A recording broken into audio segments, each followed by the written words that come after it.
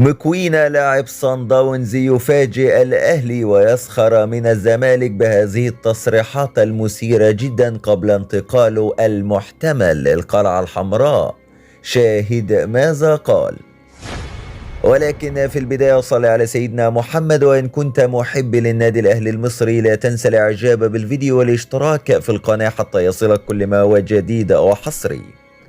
علق اللاعب الجنوب افريقي توبو مكوينا لاعب صن داونز الحالي وادلى بتصريحات صحفية خاصة نقلتها الإذاعة الجنوب افريقية منذ قليل، وذلك بعد سؤاله عن حقيقة انتقاله للدوري المصري الممتاز.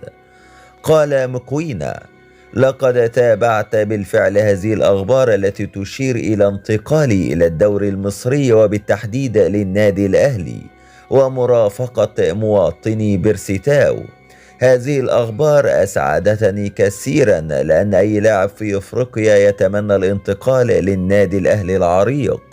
الأهلي هو أحد أكبر الأندية في العالم وليس في أفريقيا فقط، وشرف كبير لي ولأي لاعب أن يتم طرح اسمه بجوار هذا الكيان العظيم.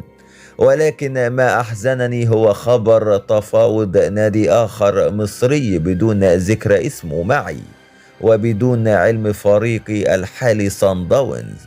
هذه ليست احترافية منهم، وأنا تجاهلت هذا العرض لأنه غير شرعي، وأعتقد أنهم لهم غرض آخر وهو تعطيل صفقة انتقالي للنادي الأهلي أو أي نادي آخر في أوروبا.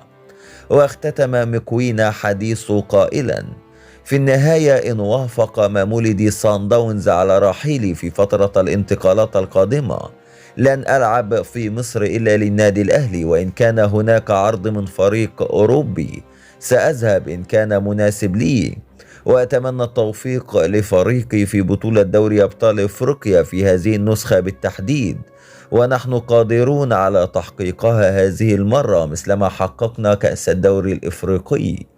هذا ما قاله مكوينا لاعب صن داونز، والسلام عليكم ورحمة الله وبركاته.